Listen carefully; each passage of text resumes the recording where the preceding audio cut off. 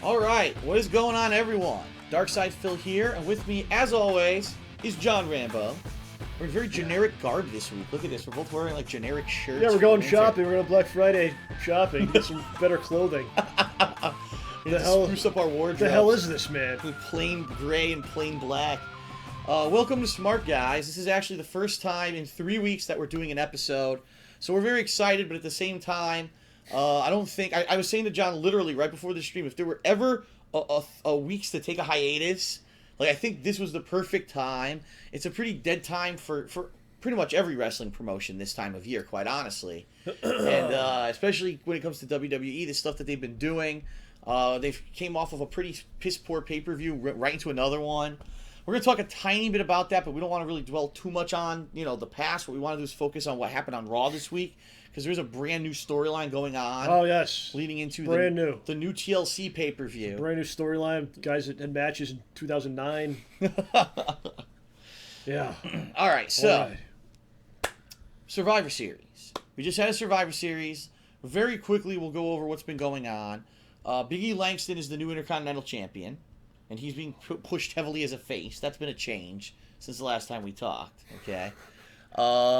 John Cena, who is an amazing Superman-like character, overcomes his arm injury to win the World Heavyweight title, gets attacked nonstop all month by Alberto Del Rio, and of course... Damien Sandow also attacked his arm. Yeah, so Damien Sandow and Alberto Del Rio attacking him all month. Has no effect. No effect whatsoever, and it seems like they've now dropped the Damien Sandow storyline altogether, that he wants to make sure... There never was one. That was just the one day. It's just pretty stupid.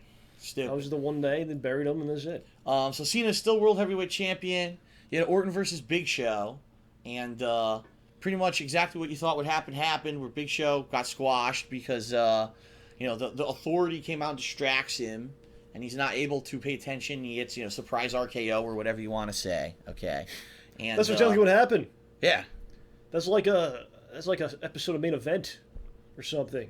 They walked down, stood by the table, and then he hit the RKO. RKO, it's over. It's like, come on, man. So that was it. That was pretty much Survivor Series in a nutshell. You had an elimination match. It didn't matter. I guess they're trying to push Roman Reigns. Roman Reigns eliminated four people on the Survivor Series team, so he's getting a push. It was weird because like a month or two ago, they were teasing that like he was going to leave the group because he was like he wanted to do stuff and the group would hold him back, and now it's like, are they going with that or what? I don't know what they're going for. Oh God, hold on. Is it Vince? It's not Vince. McMahon? It's not Vince. You know what I'm talking about, right? Vince McMahon. Everyone knows. It is not Vince, and it's actually not a prank or anything. It's actually a friend of my dad's. No, he's calling me about something. I was busy all day today. I haven't had a chance to call. Was it for me? Sometimes I get calls here. I have a lot of business going on. So, yeah. That was. I mean, are they going to go anywhere with this Roman Reigns storyline? I don't know. I don't know if they're going to or not. It's very unclear what they're going to do. Oh, the group will break up eventually, and we'll get somewhere with that. Right. I don't know if he's the guy that out of the three, but he's the big one. He's the biggest. So that's who they're going to push. He's the one that gets the push. Right. He gets the push because he's the big guy. Right. He's not the best talker. He's not the best worker, but he's the biggest. Right. So that's why he gets that. Silly. Big E Langston, I mean, his push is kind of, I don't know, the Intercontinental title doesn't really mean anything. It's kind of sad. I mean, was it him and Curtis Axel? And you look at the two of them, neither one of them is really over. Neither one of them really is established. People don't really care that much about either one of them. The characters aren't really there, but they're fighting for this supposedly prestigious belt. That tells you everything you need to know right there. Well, it's all actually funny too, because Big E, he won the title on what was it, Raw? Yeah. And then immediately, like, that storyline was almost dropped. Like, he doesn't care about Axel. Axel doesn't really care. Like, Axel's off TV, He teamed with Ryback. They had to like sweep him somewhere else into another stupid. I think he's done. I think they're like, oh, you had your chance, Curtis Axel. He didn't get over. He gave you all those awesome wins. Well, right. All those awesome count-out victories over Triple H. He put you over. And, was it Cena? He won by like DQ or something? Yeah. They put you over, but you couldn't carry the balls. Young man, now you're done. Wow. Yeah, now that Heyman's off TV, Yeah, what's he going to do? What's he going to do? All right, so let's talk about this week's Raw. We got you up to speed on what's been going on. So Raw opens up Randy Orton.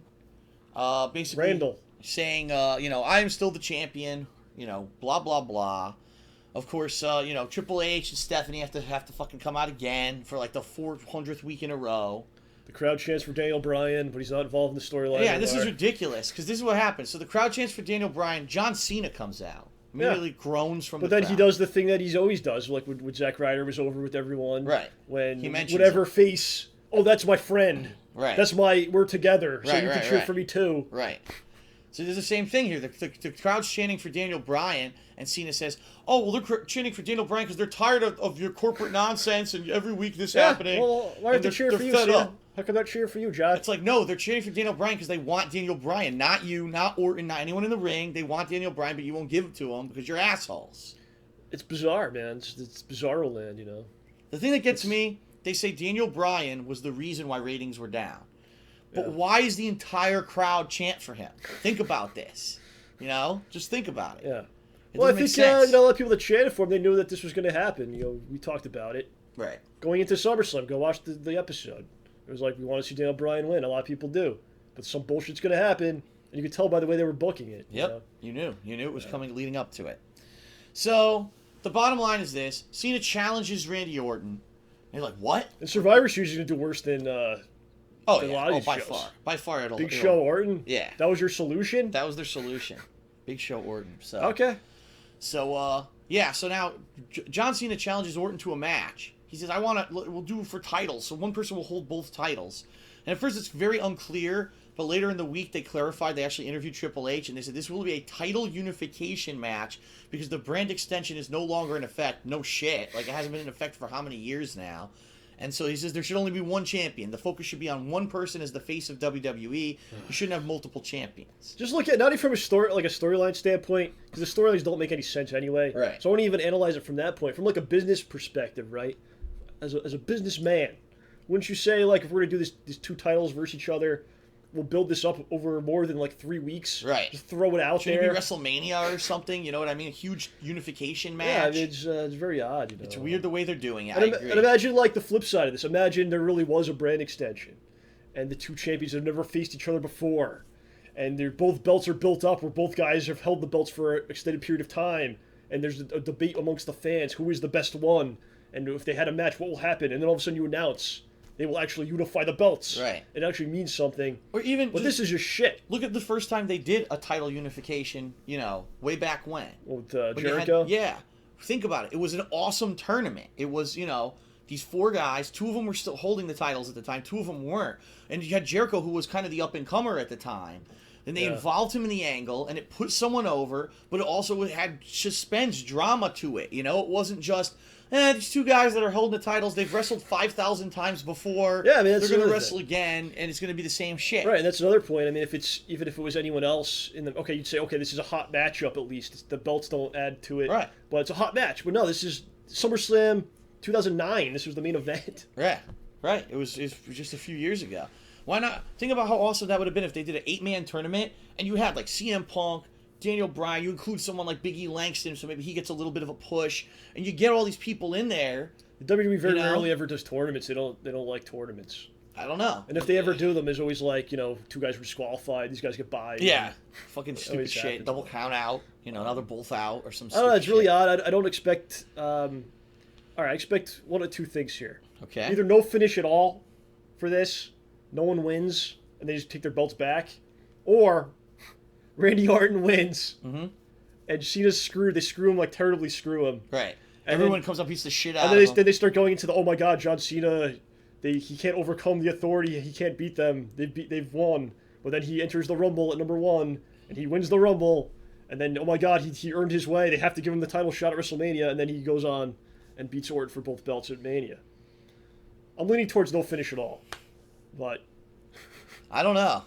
I think that's a good strong chance that's going to happen. Here's my perspective. My perspective is this. I think we've been talking for years, even here on Smark Guys, for years we've been saying that World Heavyweight Championship is worthless. It's a placeholder belt. Up until 2 years, I think. It really hasn't done anything for anyone, right? No. Even people get it. Daniel Bryan, then he drops it 10 seconds at WrestleMania. There was points where it was important. I think that was actually the Raw belt for a while, and then yes, the other one was on SmackDown. Yeah, you're talking a decade ago. And then they flip it around, right. And they kind of had them even. And over the last, like I say, 2 years, they've really made the effort to shit on it. Right. And not even have storylines. It's a joke. It's a joke belt. The guy who has it is no storyline. Champions loses. flip-flopping like their whole fucking perspective in a month. It makes no sense. He loses all the non-title matches or whatever. So I agree. I actually do agree with the choice of the company to say we don't need that belt anymore. They should do that with all the belts. Let's have one champion. Do that with the U.S. belt, the Intercontinental. Right. Those should reunify. I agree with this.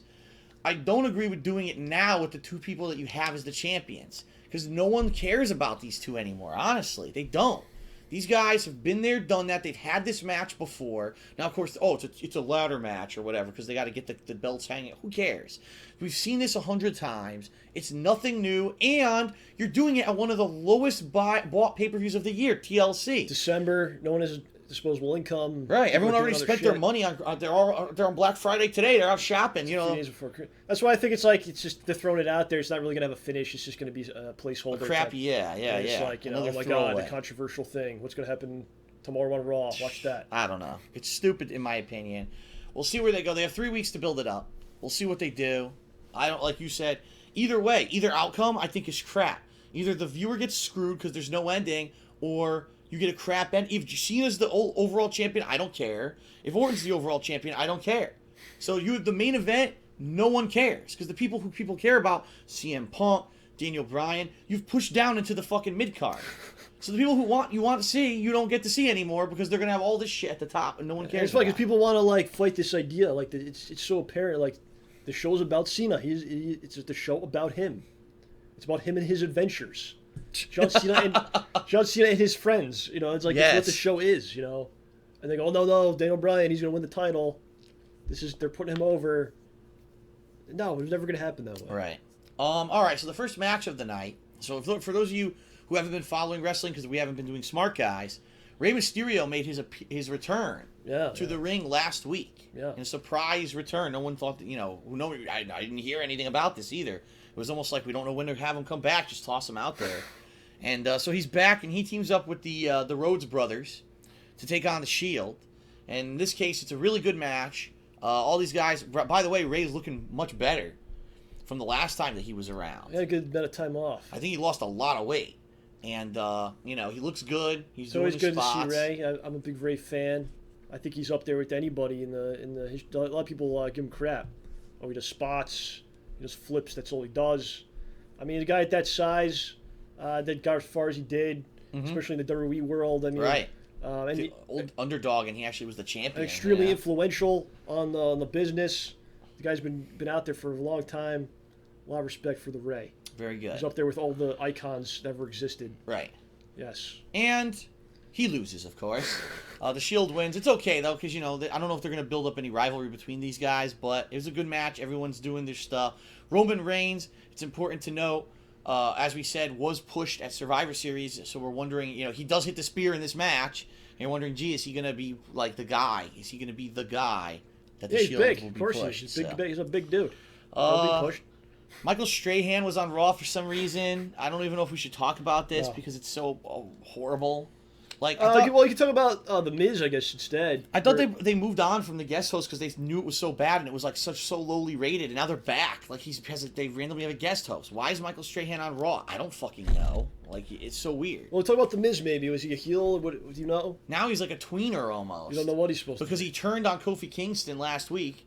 They were having a tag match. Kofi's pissed at him now. Yeah, so Kofi hates him, but he's still kind of a face, but not really. I don't know. It's really weird. Are you gonna watch his movie? Fuck no. Christmas Bounty? What the fuck? No one's gonna watch that shit. I was gonna watch it. I shouldn't watch this? No. No. It's on the Family Channel. Terrible. It's all good. And it's on Blu-ray. You can buy it. What? Yeah, it's at Walmart on Blu-ray. Oh, yeah? Okay. You can actually buy it, I think, before it aired. You can buy it at Walmart. No one bought it. No one wants that shit. So we're just going to skip that whole segment because we don't care about the WWE Network. The WWE Network will be playing that. If it ever fucking... When is that launching? The rumor's February or March. So it looks like it's going to come. I might look into it. I might actually do it for a while. Yeah, you should. You should see what it is. Just to talk about it, yeah. All right, so Big E Langston and Mark Henry team up for the first time. They're calling them the world's strongest team.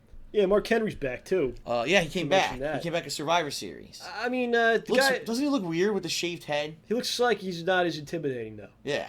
But the thing with him, it's how long is he going to be back for? It seems like he has a big return every couple months. Yeah, and they right? get rid of him. They dump him again. No, I guess he runs into some sort of injury or something happens, and then Right. he kind of. So I'd like to see him maybe get a good run in there. Hopefully, it could happen. So they team up against, of all people, Ryback and Curtis Axel, who previously had teamed up when they were under Paul Heyman. Now Paul Heyman's gone. They've both rejected him and said that he was bad for us. Yet they're still teaming up in this match. And Ryback has fallen.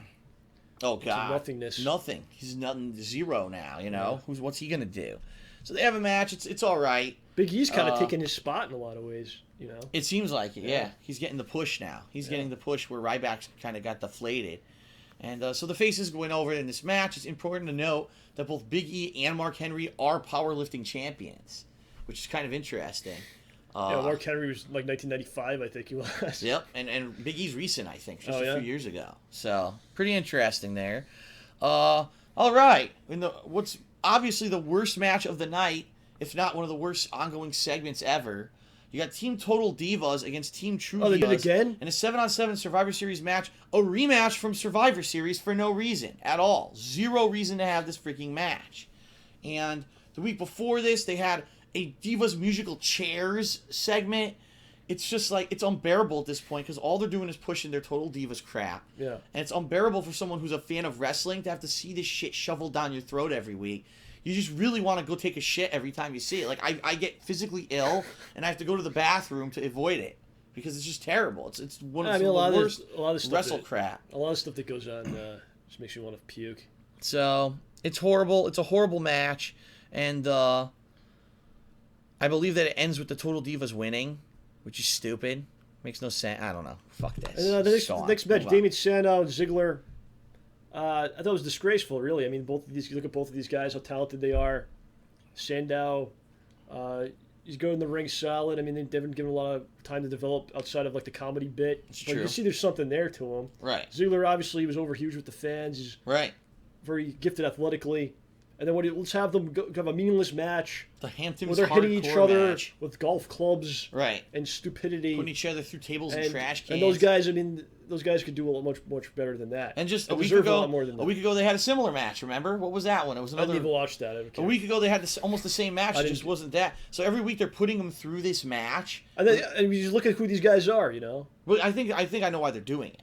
It's because they want at TLC they want to have a match like this. And so they're building it up like, oh, these guys every week are having a crazy-ass match. So let's have it culminate at TLC. But no one cares. No one cares. And you're not accentuating the positives about the guys. Right. They do this with a lot of the people on the roster, man. You know, you look at like what Paul Heyman did with ECW. He hid the weaknesses, accentuate the positives about you, right? Mm-hmm. The WWE's like the opposite, man.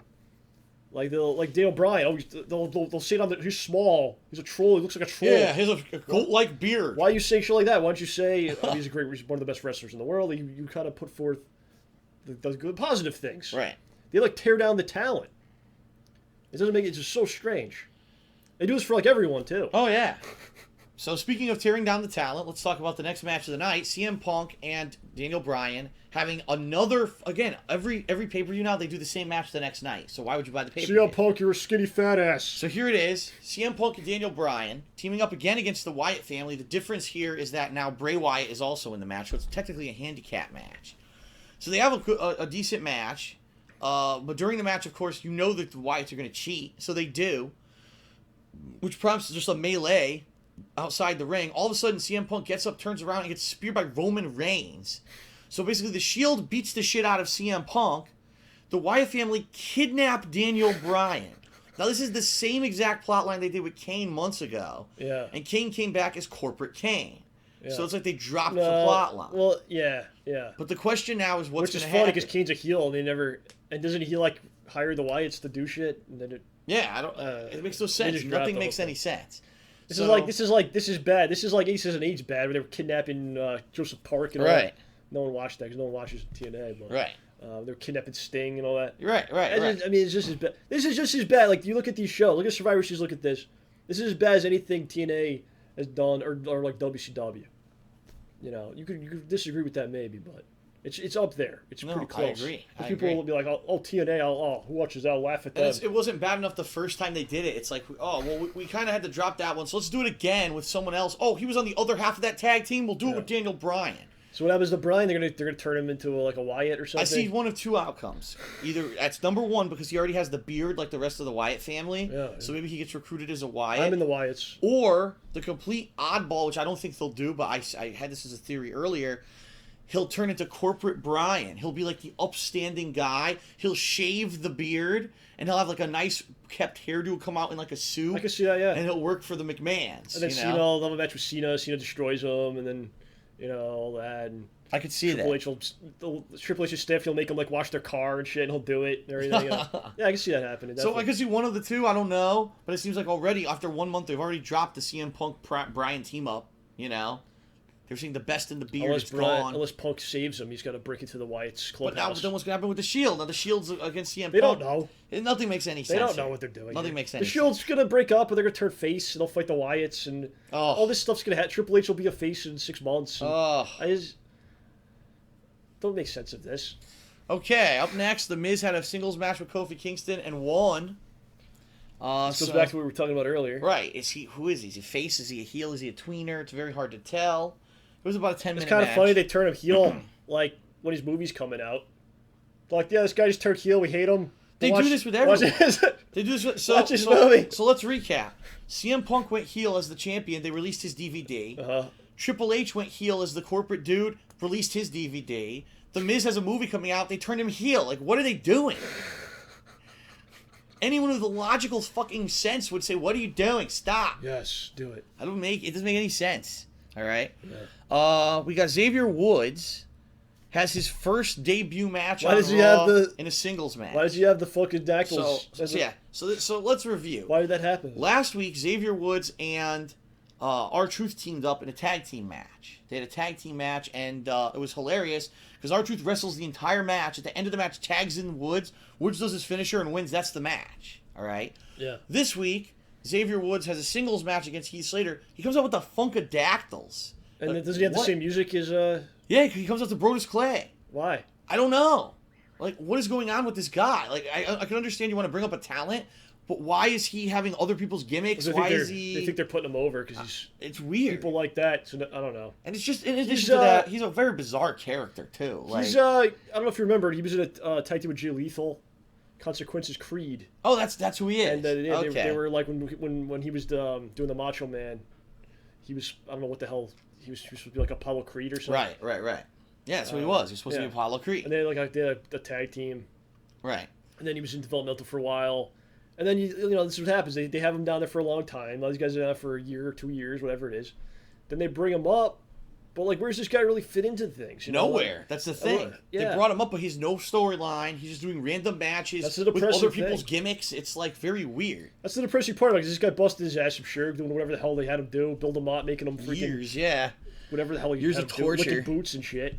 And then you bring him in, there's not much for him to do, and then where's this guy going to be in a couple months? If you don't have a plan, what's going to happen, Do you really see this taking off? Like...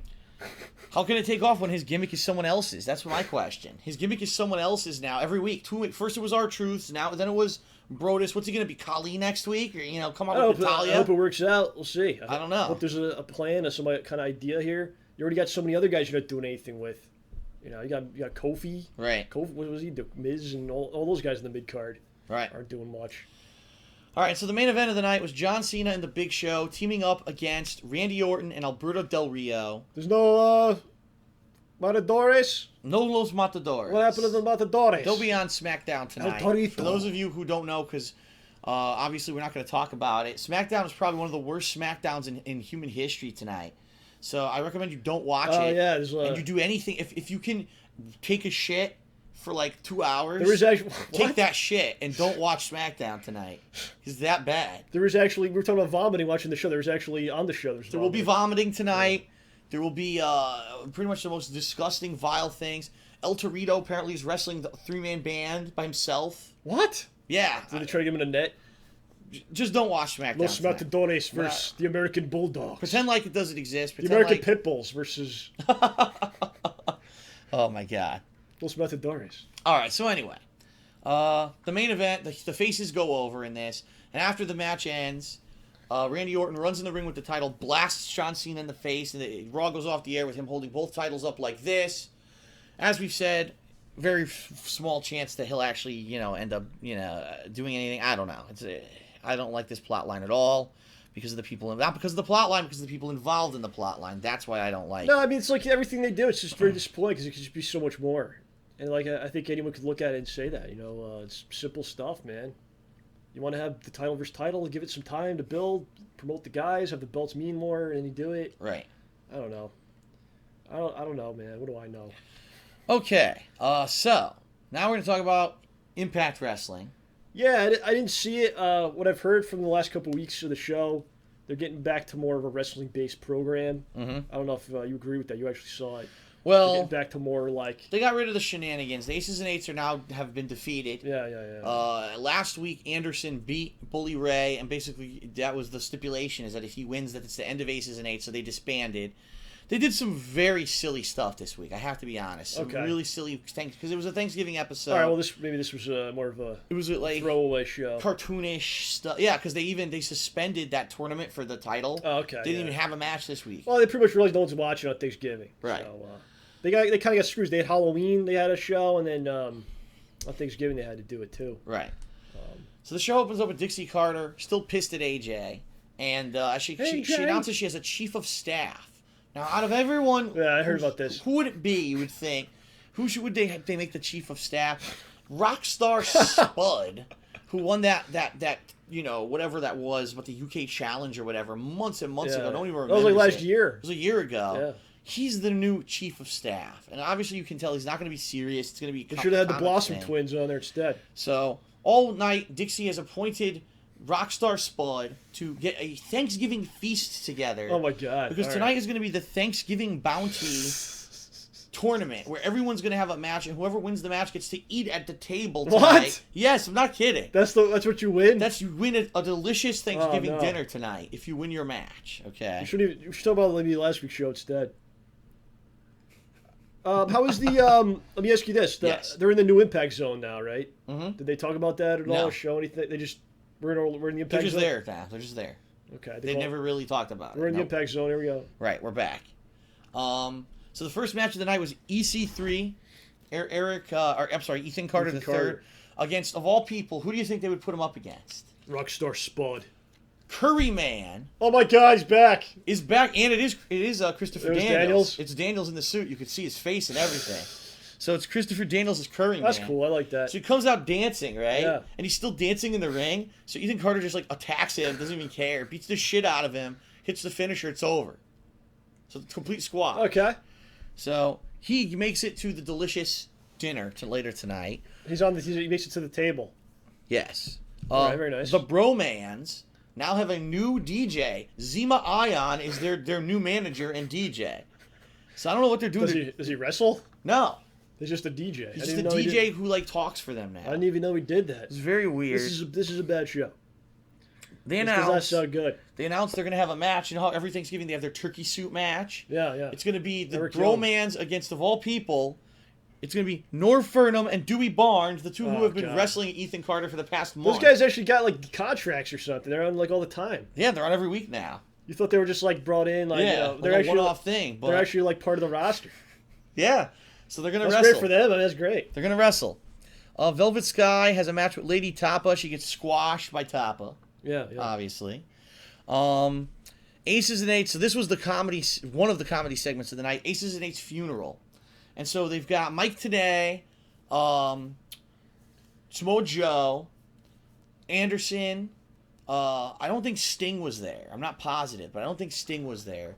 But basically everyone who's been... Oh, Magnus. All the people who've been anti-Aces and Eights are there in a church. Rampage Jackson? Who's that? He was part of Native Mafia. No, I don't know what you're talking about. So they're all in a church, and they're putting to rest Aces and Eights, per se, right? Yeah. So they're all doing different things. Mike Today comes up with the cut, like Taz's cut. He's like, I could probably get rid of this stinky piece of crap. I had to smell Taz for months in this. They're all saying hilarious stuff. Now he stinks? There's food there, and Joe's eating the food. And he's like, oh, what a delicious spread. It's like the stupidest segment I've ever seen. It's so fucking weird. All of a sudden, there's a casket. The casket opens and Anderson cuts out of it. With the Undertaker. I'd like to say a few words about the end of Aces and Eights. You know, they're all saying hilarious comedic shit. It's really weird. Really, really weird. I'm sure everyone, like, after they had their Thanksgiving dinner, they sat down with their families, their grandmother, they watched this Impact episode. Ugh. And everyone laughed hilariously at this segment. It's very, very weird. Yeah. So they have this match, the turkey suit match, by the way. Mm-hmm. And the Bromans win. They squash them. And so, basically, Norv and Dewey Barnes dance around the ring acting like chickens, and the crowd pops for them. And Mike Tenay announces, it's backfired. They're not being made fun of. They're being embraced by the fans. Look, and they're doing turkey dancing in the ring. It's the dumbest fucking thing. We gotta stop talking about this now. We're not done. We No, have to stop. no, we gotta keep going. We gotta keep going. All right. I can't take it anymore. Let's see here. I can't. There's going to be an elimination match tonight. Team Bobby Roode against Team Angle. All right, that sounds okay. So sure that it's Bobby Roode, Bad Influence, and Sabin against Kurt Angle, Magnus, Joe or something. Shit, I forget who else is on this team. Joe? Hold on a second, I'll find out. Was it Rockstar Spud? Here it is. Kurt Angle, James Storm, Gunner, and Magnus. Okay, now there's this big controversy. Yeah. Because last week in the title tournament, it was James Storm against Bobby Roode in this like Extreme Rules match. Yeah, I heard that was really good. And they beat the shit out of each other. Like that was a crazy match. They had welts all over their body. They fucked each other up in this match. There was blood. Yeah. At the end of the match, Roode had Storm up on his shoulders. He was gonna do like a running Samoan drop or a running a roll onto barbed wire. Mm-hmm. So Gunner actually came out and threw in the towel for James Storm. And he was pissed at him. And of course now Storm's angry at him. Why would you do that? He's like, I didn't want you to die. Yeah. You know, like what the hell?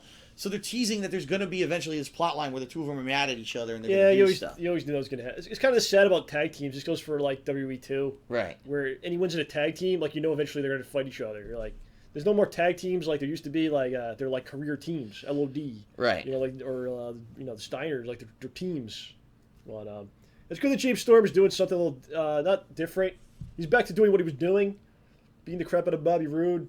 That's where he's at his best, beating the crap out of people, being a wrestler instead of just being like, I'm gonna sit back, watch Gunner beat people up, I drink beers. Right, What the hell he's been doing weird. it for a year for no reason. So Very weird. Yeah. All right, so they have this match, and it's odd because immediately the faces start losing. I think first it's either Gunner or Storm gets eliminated, then the other one. So then it's only Angle and Magnus. Magnus, so he gets hit off the ring apron, and it's unclear whether or not this was a work or not. He lands, and if you actually watch the footage, it does look bad. It looks like he tweaks his knee. Yeah. So he's like, oh God, my leg! He can't get up. And so the ref, they all check on his leg. They say he can't continue. So now it's only Angle against all four. And Angle goes absolutely insane. This is the best I've seen Angle in years. He hits Angle slams. He's doing crazy shit. He's doing everything he's ever done. And he's just destroying this team. But I believe it ends up that Roode hits him with a chair, gets DQ'd. So, but I think that no, I'm sorry, I did that wrong. Angle gets pissed off, and he takes a chair. He hits everyone with the chair. Okay. So he clears the ring, destroys everyone, but then he loses the match because he hit him with the chair. Yeah. So this is all leading into next week, because next week it's going to be Angle and Roode in the next step of the tournament. Yeah. And I forget, they did announce the stipulation of what it's going to be, and I forget what it's going to be. It's some kind of a weird stipulation for the match. Dixie's doing different stipulations. I can't remember. We'll talk about it next week. It's not a strap, right? When it That's happens. something else. Right. I don't know. Whatever. All right. So then finally, the end of the night, as I said, we've got all of the people who won their matches tonight. So you got the Bromans, you got Team Rude, Ethan Carter was gonna go out there, but Dixie says, "Don't go out there. We're gonna fly to my ranch, the Dixieland, and we're gonna have a private dinner. I've been it's there. Be a lot I better. have been there. It's You've very been nice. to Dixieland. Yes, I have. Oh, very nice. In more ways than one, I have been. Whoa! Wait a minute. Side of Dixieland. What the hell? Whoa! All right, keep going. With John, this. Keep going with this. You and Dixie Carter, man. I don't know. You got problems. She's rich. Wow. She's fucking rich. I don't care. Going after that. That's all I cougar. care about. Is she married? She pays for my things. Okay. And on that note, let's talk about the end of the night. Where so just picture this. All the I only heels, care about money. That's it. All the heels are at the table in the ring. Yeah. With this spread. Rockstar Spud's there. He's proud of That himself. sounds great. He's got this spread of food. And Velvet Sky is with Chris Sabin. And of course, Kaz says, "What are you doing here? You know, you didn't win your match." And Chris Sabin turns. He said, "Wait a minute." He grabs the mic and he goes, "Wait a minute, Kaz. He's actually right. You have to go to the back. He sends Velvet to the back, so it's kind of funny. And so he's like heelish boyfriend. So they're all about to eat. They're about to eat. They start eating turkey. All of a sudden, all the faces hit the ring who lost. And of course, in typical... Oh, this was in the ring? In the ring. They're eating in the ring. Yes. They hit the ring, and they have a huge melee brawl. They're beating each other with sweet potatoes, smashing each other with turkey to the face. It's just absolutely out of control. It's ridiculous. And basically, it's a filler episode for Thanksgiving. Yeah. And we should have talked about it at all. It is what it is. It is what it is. Real bad. Well, it's because we haven't talked about him in a few weeks. I figure we give him the benefit of the doubt. And it's a filler. It's like I said, it's a filler show. You could completely skip it and watch next week, and you didn't miss out on anything. I got some teenage stuff to talk about. Last Smart Guys we had, whatever that was, 5 years ago, whatever it was, a couple months ago. Almost a month ago, yeah. A month ago. I was going to the Tommy Dreamer's House of Hardcore. That's right. In Poughkeepsie, New York. I had a great time. I actually met some people, came up and said hello. Because they were doing an autograph with Dreamer and Terry Funk in the ring. Wow. For $20. So I did that, went in the ring, and when I got out, there was a bunch of people that saw me in the ring. And they're like, it's hello. him. So that was cool, it was really nice. But the end of the show was a cool thing. It was Funk and Dreamer versus X-Pac and Lance Storm. It's kind of goofy. It was fun. It was a fun match. Funk wins, and then Dreamer and him are on the mic, and they're just talking. And Bully Ray comes out, and he starts whipping both of them with chains. So Spike Dudley comes out. What? And he's fighting Bubba, but Bully takes him down. Then Devon comes out. What? And it looks like Devon's going to fight him, but they both turn and they join together. And they give Dreamer a 3D. And then the Sandman comes out. What? He does his entrance. What? And they beat the shit out of him. He doesn't get over. He doesn't win. And basically they're doing Teenage doing one of those one-night only pay-per-views in that building in the end of December. It's going to be Dreamer versus Bully. So Dreamer's coming back for one night, I guess. So I'm actually going to go to that show, too. I think it's like December 30th or something. So that should be a good time. Should be fun. Interesting. They're also doing Storm and Rude or something. I don't know. I don't expect anything major, but it's fun to go to see the live wrestling. It is good. It's fun. Yeah. It actually, the highlights the talent without the bullshit. Yeah, you just see good matches, man. It's a fun time. Good stuff. Some other stuff going on. The American Wolves, Davey Richards, Eddie Edwards, looks like they're part of NXT. Yes. Part of the developmental system now. Yes. Those guys I really like. I watched their whole careers. I'm glad that they're there. I'm glad they're getting paid. I feel like the best wrestlers should be paid the most and exposed to the most people. And that's what they finally have that opportunity to do. I don't expect it to end well. Uh-oh. I don't think it's going to... I don't know. We'll see. They're called the American Pit Bulls. The American Pit Bulls. And they have them the worst names. Oh, gosh. John Calhoun, Callow or something, and then Eric Philbin. Eric Philbin. The son of Regis Philbin. Yeah. He's now in WWE. So, that's how it goes, man. Of course, the other side of it, Chris Hero, who's in developmental for quite some time, he got released. Yeah. So, yeah. It's a weird thing. It's very strange. In real sports, the best players, the best athletes are the ones that get paid the most for the most part and are on television, get to see them, right? That's why this is not real sports. Exactly. And I think the problem is a lot of people equate it to that, though. Because they look at the indies and they go, oh, that's the minors, right? That's the minors, Japan, the indies, that's the minor leagues. Those guys aren't as good as the people on WWE because that's the main thing. But it's really not like that at all. It's basically WWE has this weird system of who they take, and a lot of it has to do with like aesthetics and things like that. And it's not necessarily the best people are there. A lot of the guys in the indies are really, really good, amazing, great, but they don't get the shot for whatever reason, So it's a mixed bag, man. Yeah. And unfortunately, that's how it's always been, really, with pro wrestling. When you even think back, it's not just that it's this era; it's every era. It's been bring in Hogan again, push the wrong guy, who is the guy who had the most talent, and then they get washed for the next bullshit. Absolutely, you open down the line, the best wrestlers, even the guy the fans like the most. That doesn't even matter. It doesn't matter. Nope. It's really weird. Yeah. But that's their thing. They can do whatever they want. It's their company. And I can choose not to watch it. So that's true. That is true. That's how it goes. All right, so that is it for this week's edition of Smark Guys. Now, just to clarify for everyone, we actually will not be doing a Smark Guys next week. I'm taking some time off this next week to spend with my girlfriend to celebrate the holidays. And so we will be returning in 2 weeks. In 2 weeks with another edition of Smart Guys. Hopefully we'll have something to actually talk about that's significant. I don't know. We'll have to see what happens with this tournament in TNA. We'll have to see what happens with the build-up to the TLC pay-per-view. And if they horribly botch it or if they find a way to save it, I don't know. But either way, 2 weeks, guys, for the next Smart Guys. We thank you for joining us, whether it's on Twitch or on YouTube. Thank you very much. We will be talking in coming weeks about whether or not we will be simulating the TLC pay-per-view, so we'll let you know more on that in a couple weeks. Thanks a lot for your viewership, and happy holidays, by the way, because we are officially happy Thanksgiving, happy Hanukkah, Christmas is coming up. So for everyone, who's celebrating all these things that are coming, rapidly, be safe, have a good holiday, and we'll see you in 2 weeks for the next edition of Smart Guys, the Wrestling Commentary Show. So thanks. Yes. Peace out. See you then. Bye.